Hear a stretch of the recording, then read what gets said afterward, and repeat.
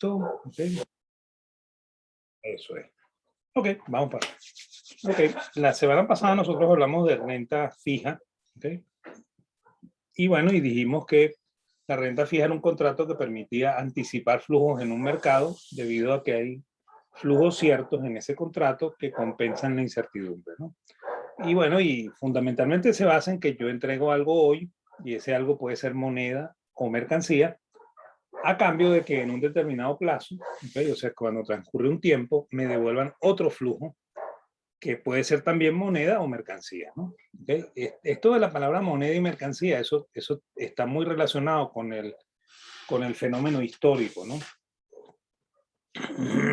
Porque originalmente, cuando no existían las monedas propiamente dicho, los contratos de renta fija eran en mercancías, ¿no? Y de hecho, en los mercados se acostumbraba el, el, el hacer algún tipo de trueque y esos trueques se podían hacer a plazo, ¿no? ¿Okay? Y eso es a lo que se refiere eso de algo en mercancías, ¿no? ¿Okay? Que después lo vamos a ver con las operaciones de futuro, ¿no? Y normalmente se evalúan en tasas de interés debido a que el interés es la prima que se paga por el transcurso del tiempo, ¿no? Y dijimos que eran de corto plazo y de largo plazo, ¿no? Y hablamos de la clasificación internacional de los instrumentos de renta fija. Dijimos que eso se hacía por maduración, ¿okay? Que maduración era el vencimiento del título, que cuando la maduración era menor a 2 años, eso se consideraba a corto plazo en los mercados internacionales y a eso era lo que se llamaban los mercados de letras o los mercados de bill. ¿Okay? Y si el plazo era mediano, por lo tanto comprendido entre 2 y 10 años, eso era el mercado de las notas, que en inglés se llaman notes, ¿ok?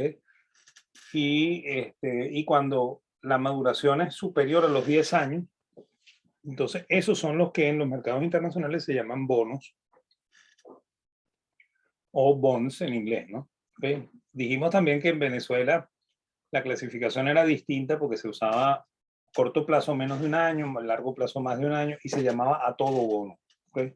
O sea, en Venezuela incluso la palabra letra no se usa con mucha frecuencia, ¿no? Sin embargo, existe, ¿no?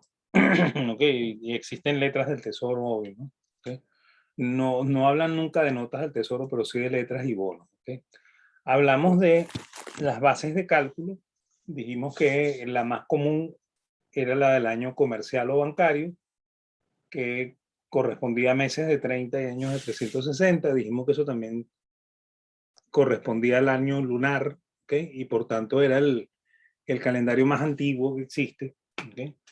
Luego, la segunda base es la base corriente, ¿okay? Que es la base del año solar de 365 o 366 días. ¿Okay? Dijimos que eso tiene origen en Egipto. ¿Okay? Egipto fue el que descubre esta base corriente o el año solar. Y bueno, después eso es adoptado por Roma en la época de César, de Julio César. Y bueno, y de ahí viene el calendario nuestro, ¿no? El original de César es el juliano que se usa en el mundo occidental, en el mundo oriental, pero todavía la gente de Rusia, de Turquía, todas esas, bueno, Turquía no, Rusia, todas las regiones que son ortodoxas utilizan el calendario juliano. Y en Roma se transformó por el calendario gregoriano, ¿no? ¿Okay? Que es el que se usa en el mundo occidental. Y ese es el de base corriente, ¿no? Explicamos también cómo se descubre un año bisiesto, ¿okay? Que era dividiendo por 4, y si no dejaba residuo, eso era bisiesto, y que cuando tenía más de un cero al final, había que dividir por 400, ¿okay? Si no dejaba residuo, se trataba de un año bisiesto, ¿no? Y esto del bisiesto era porque la base tiene que ser 365 o 366, ¿no? Okay, entonces hay que saber cuándo se trata de un bisiesto. Luego había unas bases combinadas que eran la base 30 corriente, que combina meses de 30 con años de 365 y 66, y la base corriente 360 que combina los meses de 28, 29, 30 y 31 con el año de 360, ¿no? Y dijimos que esos eran, cuando se emitían bonos en bolívares en Venezuela, esa era la base que se usaba para los bonos, ¿no? Los bonos venezolanos siempre han sido medio complicados, ¿no? Porque incluso cuando yo era joven, el, el, los bonos tenían sorteos y entonces eso se tenía que calcular.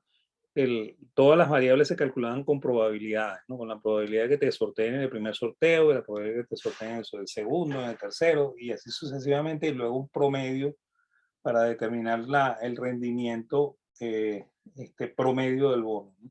¿Ok? Lo cual era cálculo y cálculo y cálculo constante, ¿no? ¿Ok?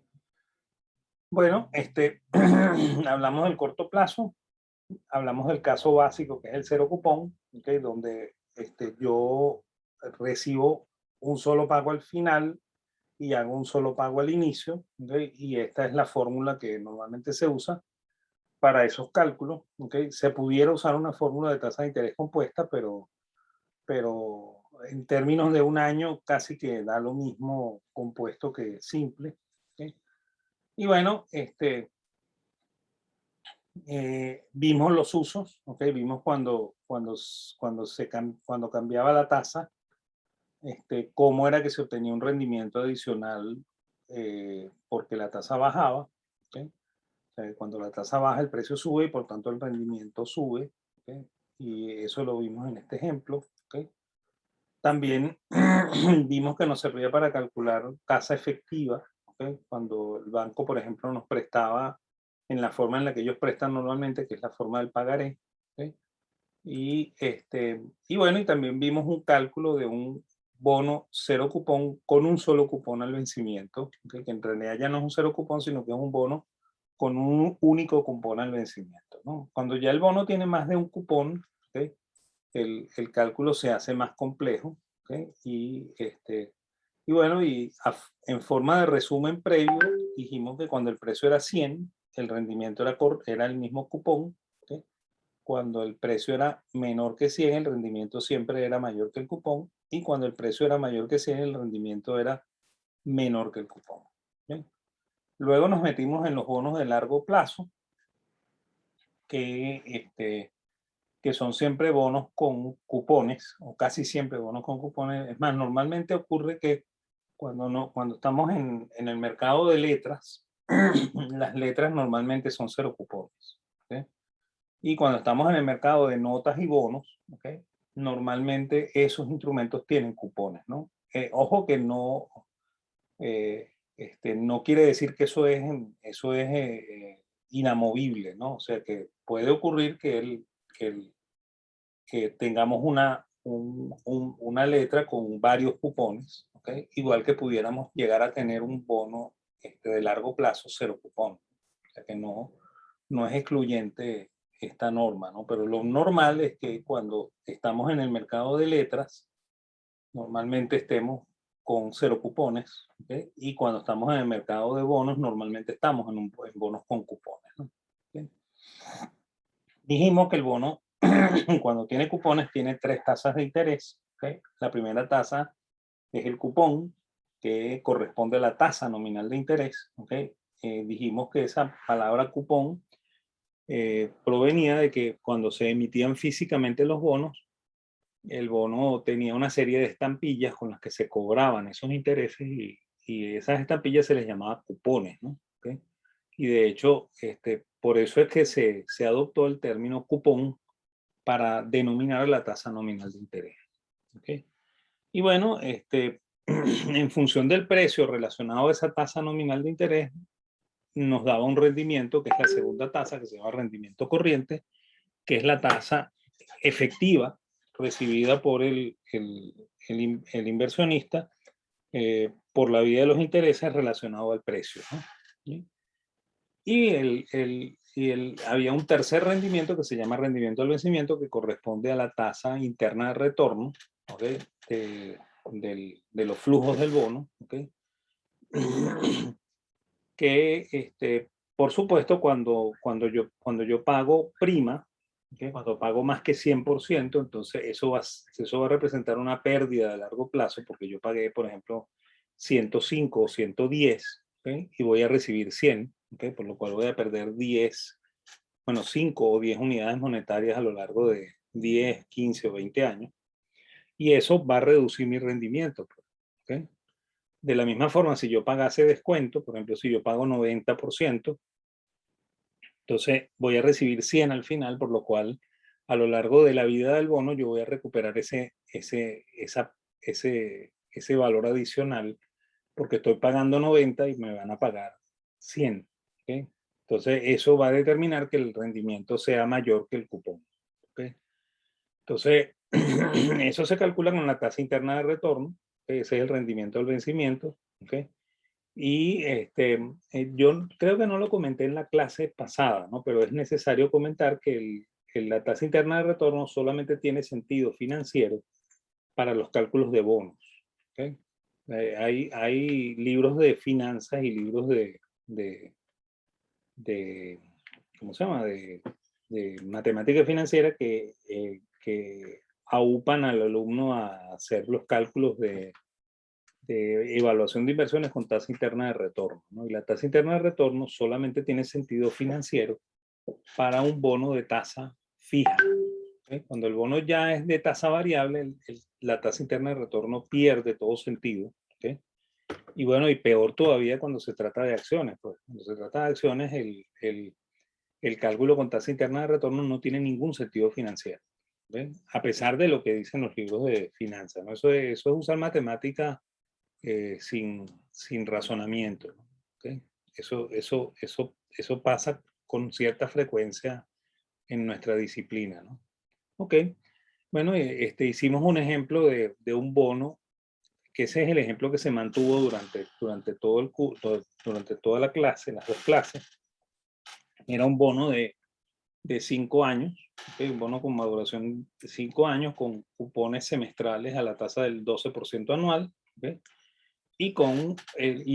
Inicialmente con un precio del 100% y también inicialmente con pago del valor nominal al vencimiento, es decir, lo que en los mercados internacionales se llama bullet o balloon. ¿Okay?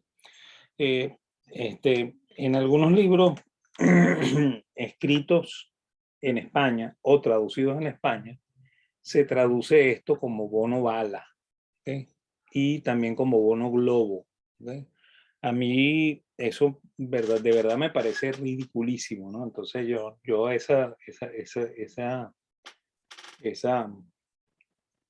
¿cómo se llama? No uso esas denominaciones. Pues. Para mí son bonos de amortización al vencimiento y ya. ¿Okay? Creo que el castellano es bastante rico y no tenemos por qué estar traduciendo bullet y balloon al castellano. ¿No? Si queremos llamarlo bullet, lo llamamos bullet y ya está. ¿Okay? Entonces, nos pidieron que lo analizáramos, nosotros pusimos como fecha ficticia el 5 de noviembre del 2021 como fecha de emisión, fecha de vencimiento 5 de noviembre del 2026, por lo cual el bono sí dura 5 años, o sea, sí madura en 5 años. ¿Okay? Su cupón es 12% anual pagadero semestral y esa es la denominación que se usa en castellano. Si esto fuera en inglés sería A, APB, ¿ok? O sea, se dice annual payable biannual, ¿ok? Pues semestral se dice así biannual, ¿ok? Y bueno, y el bono es bullet, ¿ok? O sea que amortiza a vencimiento, ¿no? Entonces dijimos que este era el diagrama pero el flujo de caja, ¿ok? Y calculamos los intereses por esta fórmula, ¿no? O sea, tomamos el valor nominal, lo multiplicamos por el cupón, que es la tasa nominal, y lo multiplicamos por 180 entre 360 porque el pago es semestral, ¿no? Entonces eso nos da 6, ¿okay? Por lo cual es como si yo pagase 100 unidades monetarias al inicio, recibo 9 pagos de 6 y un último pago de 106 que incluye el último pago de intereses y la reposición del capital, ¿no? ¿Okay? Entonces, bueno, dijimos que ese bono tenía 3 tasas, ¿okay? Y las fórmulas de cálculo son estas, ¿no? La primera es sencilla porque esa es la tasa nominal decimos que es 12% anual pagadero semestral. La segunda, que es el rendimiento corriente, sería la división de la tasa del cupón entre el precio, ¿okay?, por 100 para que nos dé en términos de porcentaje. Y entonces, bueno, eso me daría 12%. ¿Okay? Fíjense que el cupón está dando igual que el rendimiento corriente, lo cual parece lógico porque el precio es 100. ¿Okay?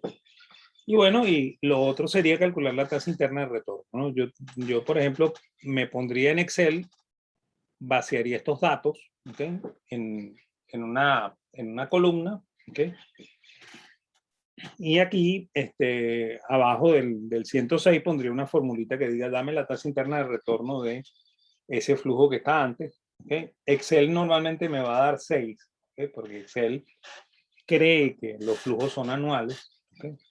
De la misma manera, si yo introduzco eso en una calculadora financiera que calcule tasa interna de retorno, me va a decir 6. ¿Okay? Porque la calculadora supone que los datos que yo estoy añadiendo son anuales, ¿no? ¿Okay? Como el que sabe que no son anuales soy yo, entonces yo tengo que multiplicar eso por 2 para que me dé la tasa en término anual, y eso correspondería a un 12%, ¿no?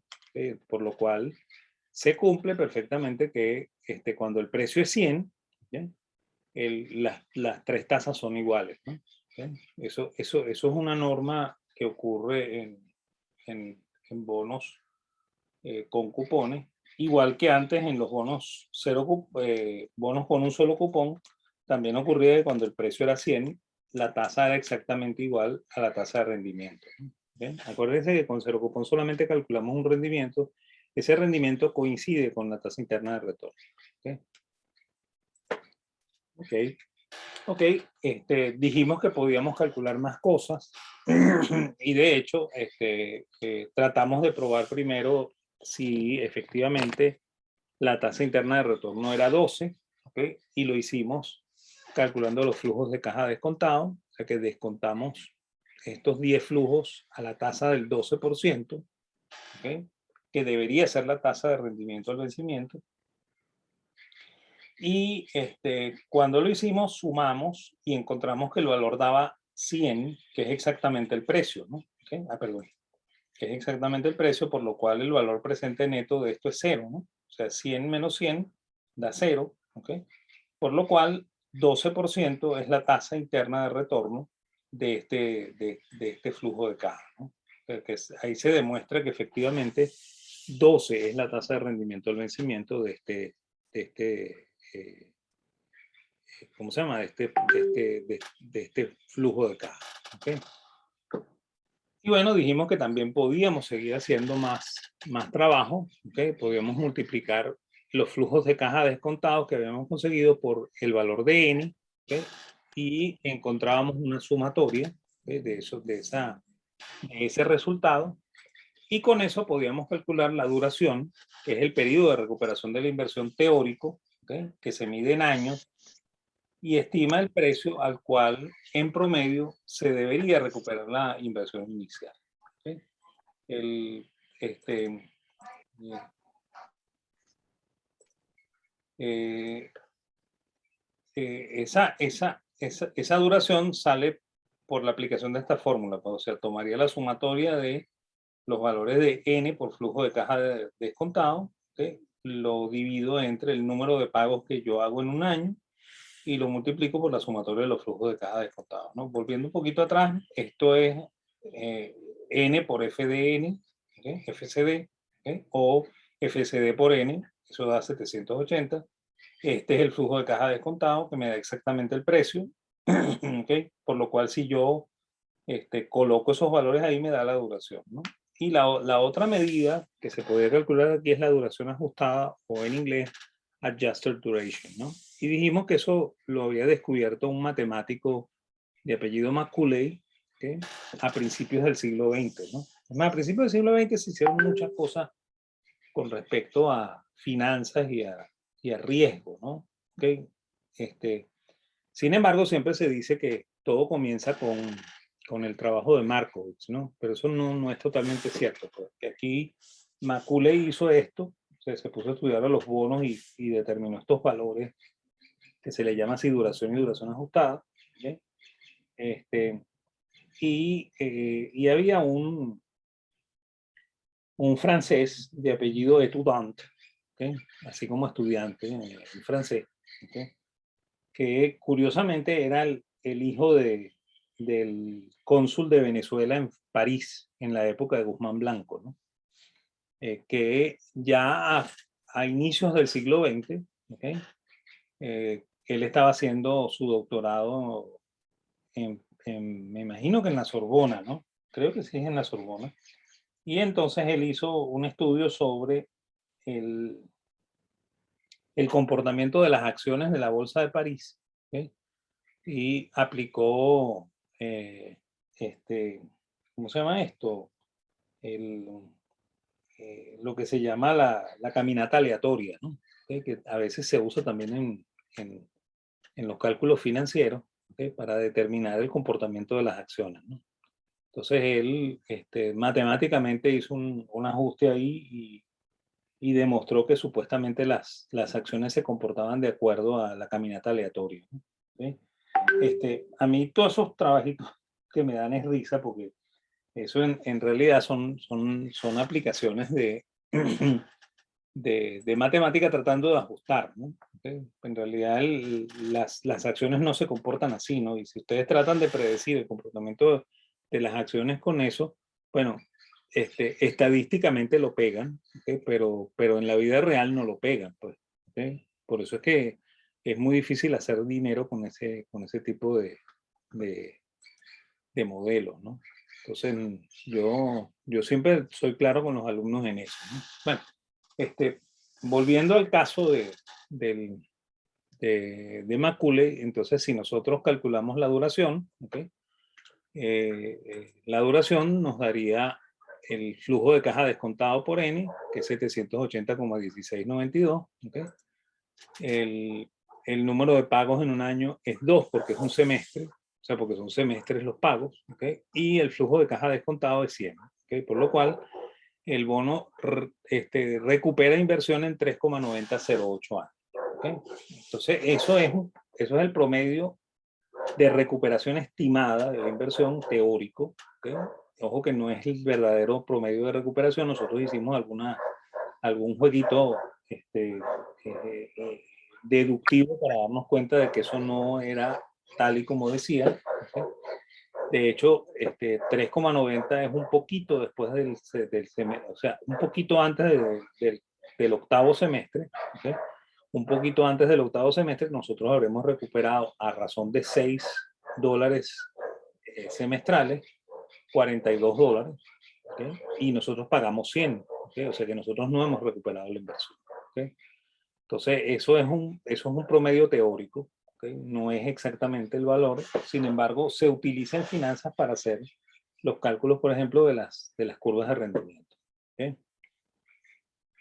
Y el otro elemento era la duración ajustada, ¿okay? Que la duración ajustada se parte de esta duración 3,9008 y se descuenta un semestre a la tasa de rendimiento al vencimiento, ¿okay? Si lo hacemos, eso nos da 3,68%, ¿no? ¿Okay? De hecho, esto incluso físicamente da bien, ¿no? Porque de hecho, si yo calculo que esto está medido en valor por tiempo y esto está medido en valor, ¿okay? Esto me da tiempo, ¿no? ¿Okay? Y si esto está medido en, en tiempo y esto está medido en interés sobre tiempo, ¿okay? Esto da en interés, ¿okay? O sea, físicamente está bien planteada la fórmula, ¿no? Pero tiene su defecto, ¿no? ¿Okay? O sea, esto me dice a mí que el riesgo de precio es 3,68, ¿okay? Y eso significa que en sentido contrario, si el precio sube, ¿okay? El rendimiento cae 3,68%, ¿no? Perdón, si el rendimiento sube, ¿okay? El precio cae 3,68%. Si sube 1%, si el rendimiento baja 1%, el precio debería subir 3,68%, ¿no? Entonces, tratamos de probarlo haciendo los cálculos al 11 y al 13, ¿okay? que sería 1% más que 12, perdón, 1% menos que 12 y 1% más que 12. ¿Ok? Y encontramos que, que los precios no eran exactamente como se decía, ¿ok? Que los precios eran, o sea, primero, de acuerdo a esta duración ajustada de 368, ¿ok? Nos decía que si el rendimiento baja al 11, el precio debería subir a 103,68. Y si el rendimiento sube al 13, el precio debería bajar a 96,32. ¿Okay? Eso es lo que debería darme originalmente esto, ¿no? ¿Okay? Mostramos una cierta relación entre los precios, el cupón y la maduración con la duración y la duración ajustada. Dijimos que con respecto al precio había una relación directa, ¿okay? Que con respecto al cupón había una relación inversa y con respecto a la maduración había una relación directa, ¿no? Eso significa que a mayor precio, mayor duración y mayor duración ajustada, que a mayor cupón, menos duración y menos duración ajustada, ¿okay? Y que a mayor maduración, más duración y más duración y mayor duración ajustada, ¿no? ¿Okay? Entonces, bueno, probamos el cupón con un rendimiento, el bono con un rendimiento del 13. ¿Okay? Eso me dio, descontando al 13, un precio de 96,4056. Por eso que aquí está puesto el menos 96,4056. Y de hecho, si yo vacío esta columna en Excel y vuelvo a pedir tasa interna de retorno y multiplico por 2, me da 13. ¿Okay? Por lo cual ratifica que efectivamente 13 es la tasa interna de retorno de este flujo. ¿Okay? Entonces, bueno, con eso calculamos flujo de caja descontado por N, ¿ok? Y, y descubrimos primero que el precio no es 96,32, sino un poquito más. ¿Okay? Y bueno, y también descubrimos que aquí reduce el riesgo de precio, ¿no? Esa fue una de las cosas que descubrimos, ¿no? Luego, probamos con 11, ¿ok? Vaciamos el flujo de caja, ¿ok? Hicimos los valores presentes al 11, ¿ok? Eso me da 103,78, por lo cual el precio debe ser 103,78, 76,88. Eso lo vaciamos en Excel, calculamos la tasa interna de retorno y nos da 11. ¿Ok?